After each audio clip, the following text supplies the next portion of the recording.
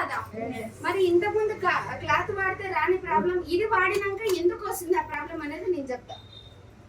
ఇది ఎక్కడ పరిచయం అయింది మేడం? ఇది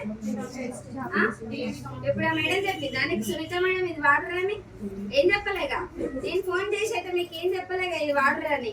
అంటే టీవీలో చూపిస్తుంది కాబట్టి ఆ క్లాత్ ఎందుకు వేస్ట్ గా, ఇది మనకు కంప్లీట్ 2 to 3 hours అయిపోగానే బయట పడేసుకోవచ్చు. ఇట్స్ స్మార్ట్ వర్క్ అని చెప్పేసి మనం వాడడం స్టార్ట్ చేస్తున్నాం, అవునా కదా. మరి చూడండి ఇది టీవీ ఇచ్చే ప్రోడక్ట్ ఏ విధంగా పనిచేస్తుందో చూడండి. మేడం ఏంది ఇంత ఓపెన్ గా చూపిస్తుంది, అందరికి అంటారా అనుకుంటారా? అట్లా చెప్పండి, అట్లా ఏమైనా ఫీల్ అయితే పని చేస్తా.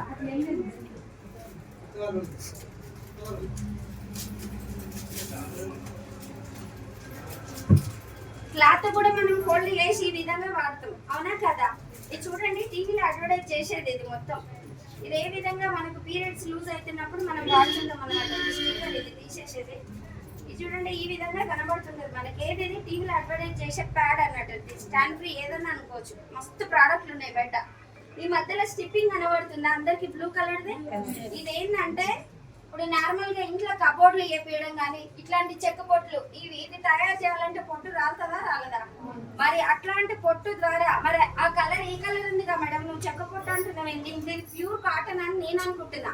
ఇంతకు ముందు వెస్టేజ్ కన్నా ముందు ఇది నేను వాడక ముందు ఇది ప్యూర్ కాటన్ అని నేను అనుకుని నేను కూడా వాడినా వాడలేదా?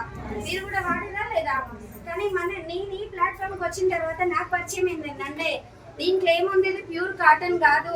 ఈ ఫస్ట్ లేయర్ ఏదైతుందో ఇది ప్యూర్ పాలిస్టర్. ఇప్పుడు మనం ఇది బ్లౌజ్ వేసిన లోపల కాటన్ వేస్తే మనకి చల్లగా ఉంటది. అదే పాలిస్టర్ వేసుకొని ఎండకు నిలబడితే ఉండగలుగుతామా మేడం?